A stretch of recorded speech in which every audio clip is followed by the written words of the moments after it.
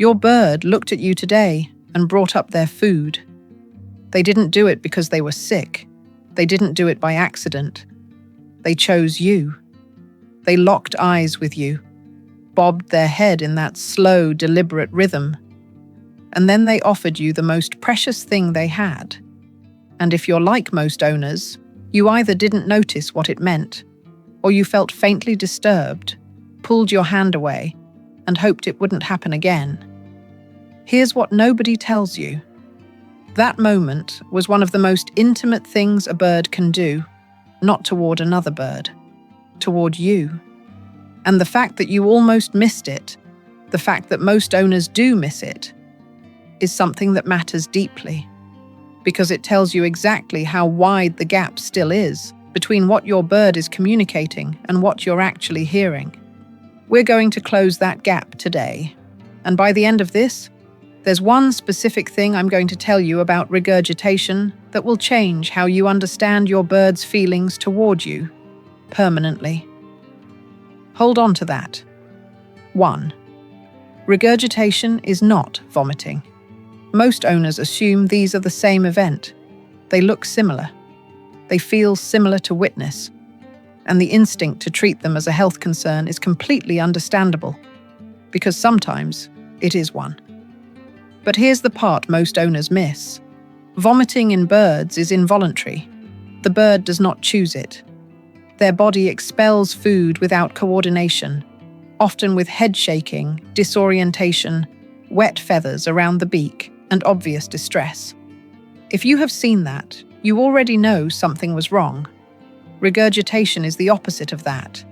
It is a controlled, intentional, neurologically coordinated behavior. The bird lowers their head slowly, bobs it in a rhythmic sequence, and produces partially digested food in a deliberate motion. There is no distress. There is no shaking. There is only focus. And almost always there is a recipient, a mate, a nestling, a mirror, or you.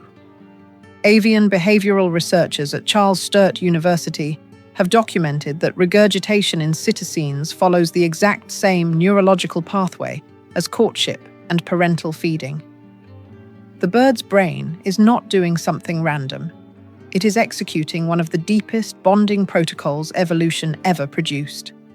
Your bird isn't doing something strange. They're doing something sacred. 2. It began long before you brought your bird home. To understand why your bird regurgitates for you, you have to understand what regurgitation has meant in avian evolution for millions of years. In the wild, parrots do not eat alone.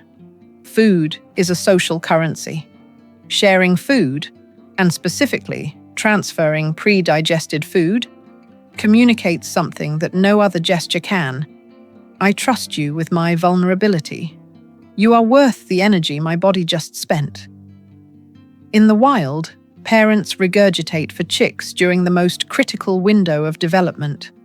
Paired mates regurgitate for each other during the breeding season as a direct bond maintenance behavior. Research published in the journal Animal Behavior found that in bonded parrot pairs, regurgitation frequency correlates directly with bond strength, not just sexual pairing, but long-term social attachment. The more bonded the pair, the more frequent and deliberate the behavior. And hey, if this is already shifting how you see what your bird has been trying to tell you, hit the like button and subscribe. We decode these behaviors every week, and the owners who find this channel early are the ones who catch these moments before they pass. Now, back to what this means for you. Think about the bird in your living room. They were pulled from that wild social structure and placed in your home. The flock is gone. The mate is gone. The breeding colony is gone. But the neural wiring that drives those behaviors didn't go anywhere. It rerouted toward you. 3. Your bird had to decide you were worth it. Here's something that might surprise you. Birds do not regurgitate indiscriminately. They do not offer food to every person in the room. They do not do it because they are confused or overstimulated or simply in a good mood. The behavior requires a specific internal state. The bird must perceive the recipient as a bonded partner, either a mate, a closely attached flock member, or a dependent they are responsible for. This means your bird looked at you, ran some ancient biological calculation, and concluded that you qualified. You were worth the energetic cost. You were worth the vulnerability. I find that quietly extraordinary, personally.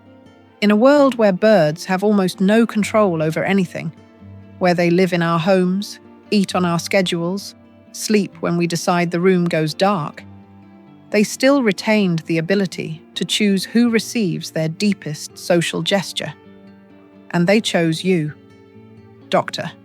Irene Pepperberg's decades of research at Harvard into parrot cognition documented that parrots maintain distinct internal social categories, not just safe versus unsafe, but nuanced hierarchies of relationship quality. Regurgitation appears overwhelmingly in the highest tier. It is not casual. It is reserved. 4. Your reaction taught your bird something. This is the part that sits uncomfortably with most people. Because if you pulled away, expressed disgust, washed your hands, or said, "You, stop that," your bird did not understand any of those responses as rejection of the food. They understood them as rejection of the gesture. And gestures, in avian social communication, carry social consequences. Parrots are extraordinarily sensitive to social feedback. Research from the University of Lincoln found that parrots adjust their social behaviors based on human facial and vocal cues within just a few interactions, faster than most domesticated mammals. Your bird was reading your response to their gift. And if that response was consistently negative, they filed it away. This is not a reason to feel guilty. It is impossible to respond correctly to a behavior you've never been taught to read. That is the entire reason this channel exists. But it does mean, if the regurgitation attempts have tapered off over time, there may be a reason for that. 5. What your bird is actually saying. Let me be precise about this, because it matters. When your bird regurgitates for you, the behavioral message is not, "I think you need food." Birds are not confused about what you eat. The message is, "You are one of mine. I am responsible for you.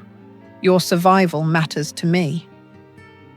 Depending on where your bird sits on the parental-to-mate spectrum of attachment, and that varies by individual bird, by species, and by how the bond formed, the specific shade of meaning shifts. But the core stays constant. This is a declaration of bond, not a behavior problem, not a quirk, a declaration. Dr. Susan Friedman, whose work on behavior analysis in parrots at Utah State University has reshaped how we think about Cetacine social cognition, has consistently argued that most behavioral problems in pet birds are not problems at all. They are naturally occurring social behaviors that have lost their context. Regurgitation for a human is not different from regurgitation in the wild. The context just changed. The bird didn't. Your bird isn't doing something strange. They're doing something sacred. 6. Here is what tells you exactly where you stand.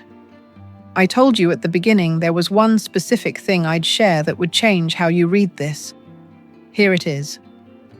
When a bird regurgitates toward a mirror, a toy, a favorite perch, that behavior means something.